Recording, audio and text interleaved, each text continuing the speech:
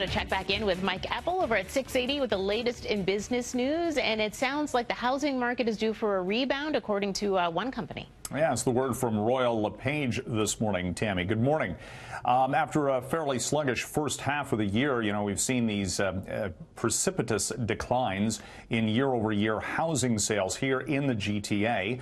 Anywhere from 20 to 40% on a certain month. Of course, a year ago was record-breaking, and things really cooled off from a sales perspective in the first half of this year as the market adjusted to all sorts of new rules and regulations in the mortgage market and higher mortgage rates as well. Well, Royal LePage this morning saying that the second half will be much different than the first half, in as much as it may have bottomed out in the first 6 months, and things are poised for a rebound with a forecast price gain of 2% in the third quarter. And a lot of this has to do with the fact that there are all sorts of immigrants coming into the Toronto market, and the pace of home construction is not keeping up with demand. So again, not enough supply, more demand, prices and sales expected to either go up or at least stabilize in the second half of the year. Now, Sotheby's International also put out a study this morning saying in the first half, one of the hardest hit segments of the market was the high-end real estate market, anywhere from $1 million to $4 million. Prices held steady, but overall sales activity dropped sharply,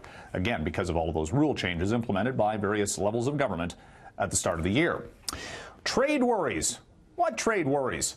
Saw the markets yesterday surge to start the week. The Dow was up 320 points, one of the best days of the year, and the TSX closed at a record high.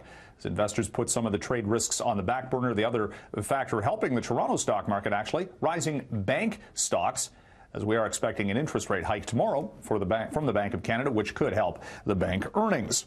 Former Governor of the Bank of Canada, David Dodge, saying that the federal government may have boxed itself in on tax rules now that the U.S. has been cutting corporate and personal taxes. The various levels of government in this country have been raising levels of taxation at the high end, and that could lead to some problems going forward. Many business groups are saying cut taxes to help the Canadian economy. And also, Tammy, today it is another anniversary in the tech world. The App Store opened 10 years ago today, and how our lives have changed ever since. More than 2 million apps available, and I think I've got about 30 on my iPhone. I was going to say, I probably have about 1 million of them on here. Do you remember your first app? Oh, gosh. That's a good question, actually. I think mine was Solitaire. Still got it. It's probably some sort of a game. Or actually, it was, you know what it was? It was a business news app. Of course it was a business news app. Of course. All right. Sure was. All right, Mike, thanks so much. You're welcome.